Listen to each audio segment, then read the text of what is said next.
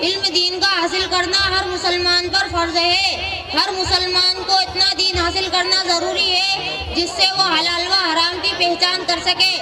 اپنی نماز، اپنی زکوٰۃ، اپنا روزہ اور حج کی صحیح ادائیگی کر سکے۔ مگر وہ مسلمان جس کا پہلا سبق پڑھو یعنی علم سے دیا گیا ہے، جس کے نبی نے فرمایا میں معلم یعنی علم سکھانے والا بنا کر بھیجا گیا ہوں، جس مذہب میں علم کی اہمیت کو خوب اجاگر کیا گیا ہے، افسوس وہی قوم آج علم سے کوسوں دور ہے۔ کیا بچے اور کیا جوان، سب کو علم سے کویا نفرت سی ہے، نسلیں کی نسلیں جہالت میں سفر کر رہی ہے، مگر علم دین کا ذرا بھی شوق نہیں ہے،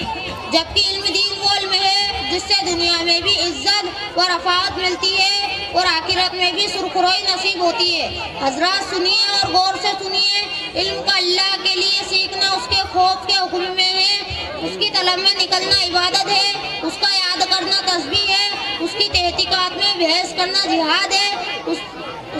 اس کا پڑھنا صدقہ ہے، اس کا علم پر خرچ کرنا اللہ کے یہاں قربت کا سبب ہے۔ علم جائز و ناجائز پہچاننے کی علامت ہے۔